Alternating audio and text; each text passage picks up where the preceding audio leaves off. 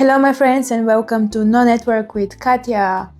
I've spent 3 weeks in Papua New Guinea, 10 days with a group, 3 days alone, and then the rest of the time with my guide, together, just two of us. And I had these different experiences, what is to travel in a group, what is to travel solo, and what is to travel two together in PNG. And now I'll tell you why actually PNG is not good for solo travelers. First reason, it's very expensive. Accommodation and transport. You can check in my other video which I make why Papua New Guinea is very expensive. But accommodation, a proper one in a normal basic room, it will cost you more than $100. And if you want to rent a car or hire a car and a driver, it will cost you more than $200 per day. Tents are actually not very much accepted in the society. I heard stories where people just came and put their tents on the land, and because the land is sacred here, people didn't like it, so they kind of destroyed or disrupted them. And if you tent and if you backpack, there will be no water and electricity anywhere. It's better you stay in a proper accommodation where you have the basic water and the basic electricity you need to charge your phone and camera. Number 2 reason, if you want to see all the cultural performances and shows, you have to pay.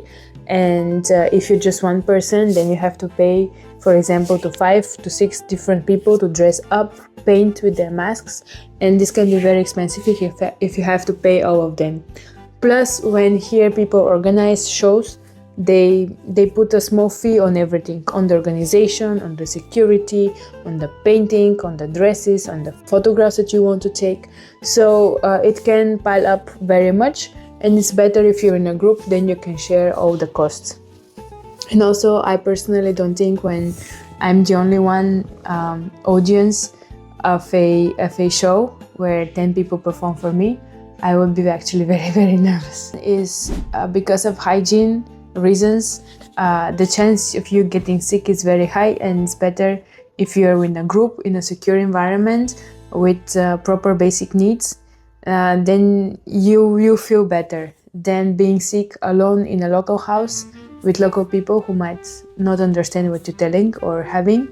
And hospitals in the villages are not there, and it will take a lot of time for you to get a proper treatment. So whenever you travel, you will need a guide, because you don't know, if you're solo, you don't know where to go and in which village to go and which tribe to see.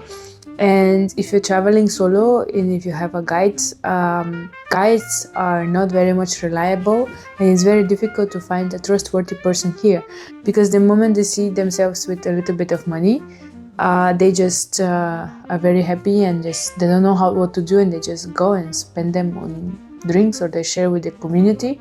And it's not easy. It's very much not easy to travel here alone. So what I really recommend is you travel with a group, and usually groups are small, up to 10 people. And when you travel with a group, you have all the organized shows for you. You have all the organized transport, you have organized food, and which is diverse and not just sweet potato. Water, because otherwise you cannot buy water on the street. It's not there, because people don't drink water from a bottle, they drink water from the river, and that's why they get sick. You will have just better time. I know it will be more expensive, but I think that cost is very much reasonable in comparison what you have to pay alone if you travel alone. I did 3 days of solo traveling, of bird watching, and it was really expensive, because you have to hire the car to bring you in the jungle to see the specific bird. And of course, bird watching requires a lot of patience, and maybe there will be no birds. On my second day, I didn't see any bird, and I waited for 5 hours in the jungle. And when you wait just on one spot in the jungle, of course, you have the mosquitoes and insects, so they're not that much harmless here, so it's not very pleasant. And of course, you have to cover the accommodation, which is also expensive. And it's just, I don't know, it's not fun like in other countries. Yeah, and I really recommend having an experienced tour operator, because there are so many right now you can choose from, different companies organize. And the problem is, if you organize with the local company, I don't know how much reliable and trustworthy are they, and all about the reviews and everything. Of course, they can be just made up.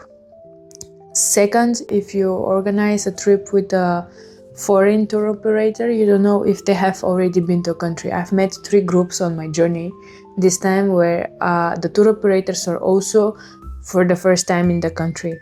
And I don't know how they bring people and organize a trip where you have never been in a country by yourself and you have never explored it. And they of course use local guides, but I also heard stories when they pay the local guide the deposit, which is half of the amount of the full price. And imagine, it's for them, when you pay them such amount of money, for them it's like for us $1 million, you know, and some people don't know what to do with it and they just disappear. They're so happy, so they don't finish the work. So I heard many stories where just groups, after 2 or 3 days, they just end up in the nothing. There's no accommodation booked, no bus booked, no transport, nothing, and just the guide disappears, the local guide disappears. And this can be very scary, very unpredictable, unreliable, and in the end very expensive, and it can ruin your whole experience. I booked a trip with David from Tribes of Papua New Guinea, and I had amazing experience with him. Everything was very much organized. They pick you up from the airport, and you have good food, you have good accommodation. You always have electricity in the night, so you can charge up. He is a photographer, so you can learn also about photography. And then you see, in comparison to all the different tour operators which I have seen, you've seen the most number of different tribes with his trip. So I really recommend him. I link the link below to his website and his contact details, and book in advance because his trips are always fully booked. He's been working here for 10 years and he's built lodges in 4 different locations. So he knows how to work with the people, talk to the people, and he really has good trustworthy sources. I really recommend him, and yes, you have a very good experience with him. Thank you so much for watching. Please subscribe and see you next time. Bye bye.